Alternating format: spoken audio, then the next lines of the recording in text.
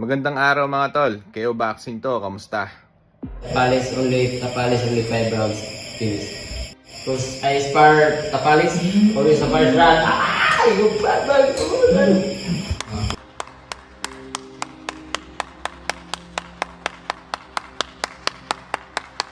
So ayon nga kay John Riel Casimero ay takbo lang daw ng takbo itong si Marlon Tapales noong nakaraang sparring nila doon sa Amerika. Sinabi din ni Casimero na uppercut lang daw yung kaya ni Marlon Tapales at wala daw talagang lakas ang suntok nito. Because Tapalis is only his power is only up and upper. But no strong. But So nang makarating nga ang video ni John Riel Casimero ng pangmamaliit sa bata nitong si Tapales ay sinabi ni Sean Gibbons na kaya niyang gawin ang laban sa pagitan ng alaga ni Sean Gibbons na si Marlon Tapales kontra kay John Riel Casimero. So kung mapapansin natin ay nag-iinit na yata itong si Sean Gibbons dito.